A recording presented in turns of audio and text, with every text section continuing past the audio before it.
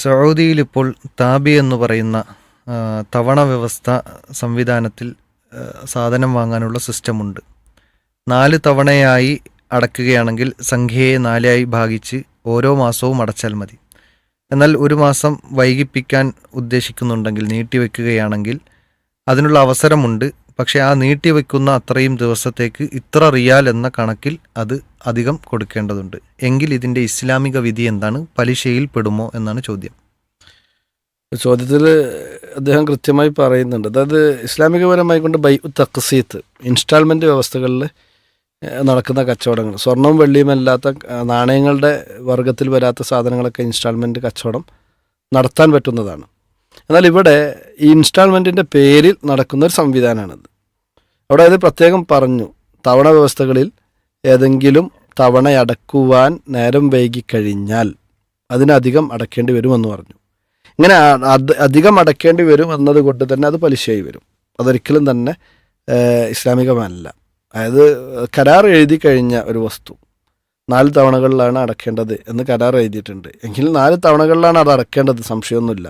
എന്തെങ്കിലും കാരണവശാൽ 4ാമത്തെ തവണ അല്ലെങ്കിൽ 3ാമത്തെ തവണ പറഞ്ഞ സമയത്ത് അടക്കാൻ കഴിയാതെ വരികയാണ് എങ്കിൽ അതിൻ്റെ പേരിൽ പിന്നീട് ഒരു വർധനവ്, അങ്ങനെ ഒരു വർധനവ് ഒരിക്കലും തന്നെ ഇസ്ലാം അനുവദിക്കുന്നില്ല. അത് റിബൻ നസീഅ, കാലതാമസം കൊണ്ട് വരുന്ന പലിശ എന്ന് പറയുന്ന റിബയുടെ ഇനത്തിലാണത് വരിക.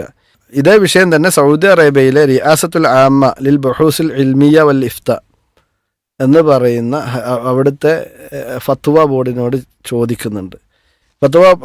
അതിൽ ഫത്വ ബോർഡ് നൽകുന്ന മറുപടി ഇത് സ്വരീഹായ നിലയ്ക്ക് റിബ തന്നെയായിക്കൊണ്ടാണ് മനസ്സിലാക്കാൻ സാധിക്കുന്നത് എന്നാണ്. അതായത് ഫത്വ നമ്പർ 29,998 29,998 ചോദ്യമായിക്കൊണ്ടാണ് ഈ ചോദ്യം ചെല്ലുന്നത്. അതായത് ഈ താബീനെ കുറിച്ചാണ് ചോദ്യം. അപ്പോൾ ഇത്തരത്തിലുള്ള കാര്യങ്ങളെ കുറിച്ച് പറഞ്ഞെടുത്ത് ഇതിൽ നിന്ന് മനസ്സിലാക്കാൻ സാധിക്കുന്നത് ഇത് തഅ്തബിറു മിന റിബ അസ്വരീഹ്, സ്വരീഹായ പ്രകടമായ നിലക്ക് തന്നെ പലിശയായിക്കൊണ്ടാണ് ഇത് പരിഗണിക്കപ്പെടുവാൻ സാധിക്കുക എന്നാണ്. മാത്രമല്ല വഹുവ യുഷബ്ബിഹു റിബൽ ജാഹിലിയ, ഇസ്ലാം പൂർവ്വ കാലഘട്ടത്തിൽ ജാഹിലിയ കാലഘട്ടത്തിൽ നടന്നിരുന്ന പലിശ സമ്പ്രദായങ്ങളോട് സാദൃശ്യപ്പെടുന്ന പലിശ കൂടിയാണ് ഇത് എന്ന് ഇവിടെ പ്രത്യേകം പറയുന്നു. അതോടൊപ്പം തന്നെ വഹുവ മുഹറമുൻ ഖത്അ, അത് നിരുപാധികം ഹറാമുമാണ് എന്ന് പറഞ്ഞ് അതിനുള്ള തെളിവ് പറഞ്ഞത് വഹല്ലല്ലാഹുൽ ബൈഅ വഹറമ റിബ എന്ന ആയത്തിനെ കൊണ്ടുവരുന്നുണ്ട്.